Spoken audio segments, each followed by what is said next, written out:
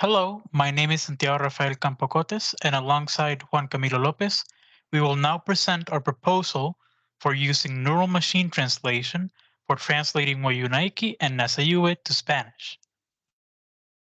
Wayúunaiki and Yuwe are both Colombian low-resource indigenous languages. This means that, unfortunately, there is a low availability of speech and text resources, both online and to some extent in physical form. This can largely be attributed to the inequality accentuated by language barriers, turning these culturally significant languages into endangered ones due to reduced population, use, and preservation. Our proposal, thus, led us to first gather enough data to be able to achieve this task. We looked at recommended texts such as the Bible, dictionaries, laws, and other samples, and constructed parallel data sets that would match lines written in the low resource language to lines written in Spanish. Special thanks goes to the Tatoeba Translation Challenge dataset, derived from the Opus Parallel Corpus, as it provided more than 43,000 lines to the Wayúunaiki portion of our data.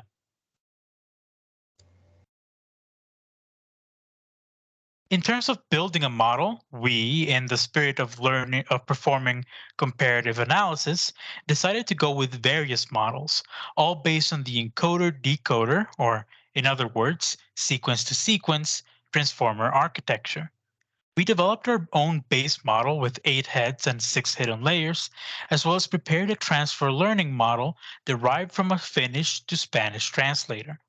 Additionally, we had an optional parameter of performing some initial tuning of the models with word-to-word translation, which was done by training the models on a dictionary. Okay, now for our experiment design.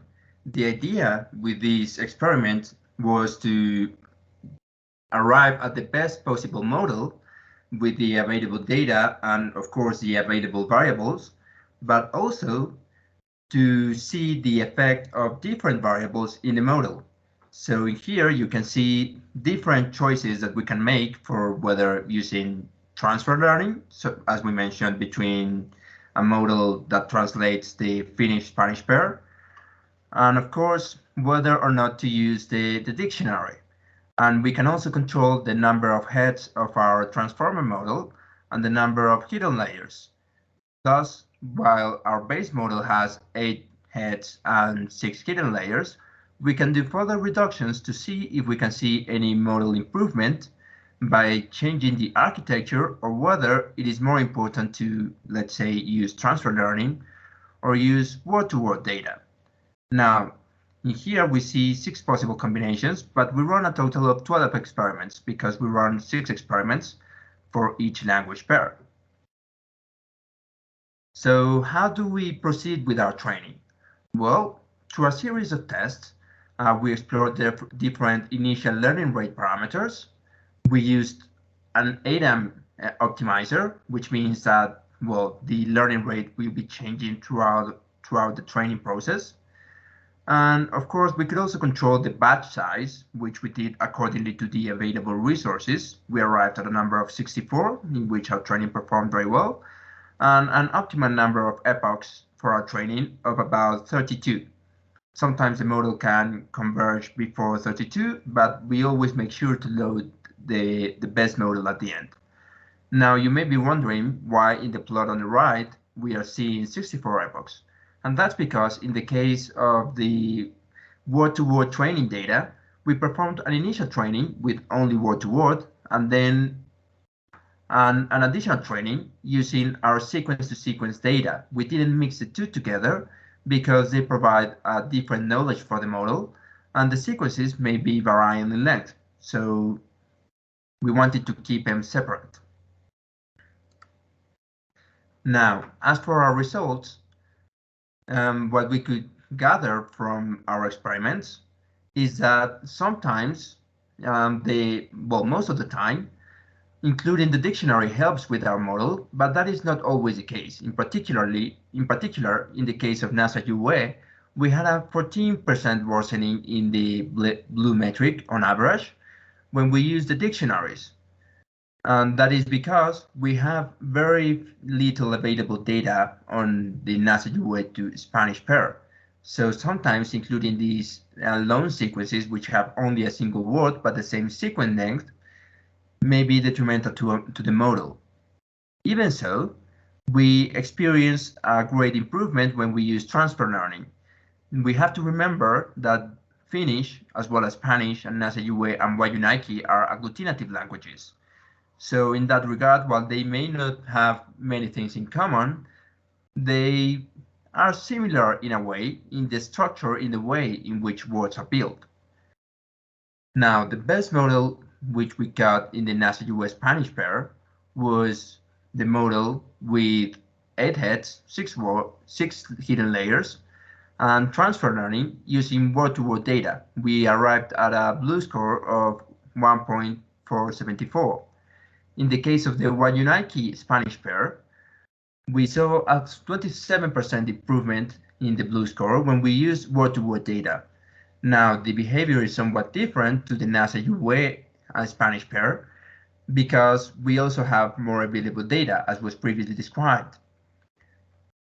Overall, we also saw the biggest improvement when we used transfer learning. And in this regard, our best model was the model with transfer learning, 8 heads and 6 hidden layers, and of course also word-to-word data. In addition to that, we noticed that during our experiments, we arrived at consistently higher blue scores in the different experiments compared to NASA UA, even if the best model that we are at which we arrived in both language pairs, loses. The Wayúunaiki loses against NASA UA. Overall, the results tend to be better in Wayúunaiki. So what we can gather from this is that word-to-word translation data plays a minor role in model improvement, and sometimes it is not ideal to include it when we have too little data on or our architecture is not able to capture the word-to-word data effectively, at least not until we get more samples. In addition to that, we can say that transfer learning overall provides the best possible improvements, but that should be treated as a baseline. As we saw from the Wayúunaiki example, the amount of available resources will be a better way to determine whether the model performance will be better or worse, because as we have more and more resources, we can perform more training, we can tune the model better, and we can generalize easier.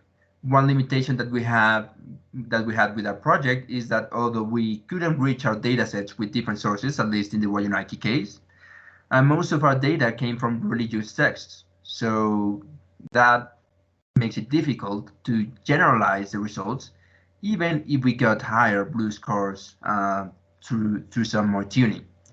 So in that regard, the main conclusion is that, the efforts for future endeavors should probably be better spent if we focused on getting more data or augmenting the data sets in order to actually become closer and bridge the gap between low resource languages and high resource languages. Thank you very much.